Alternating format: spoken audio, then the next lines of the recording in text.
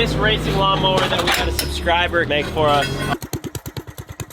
Gav said that he was maybe gonna take a couple parts off of this, but I think most of it's just getting scrapped. It's gonna be dead after I'm done with it.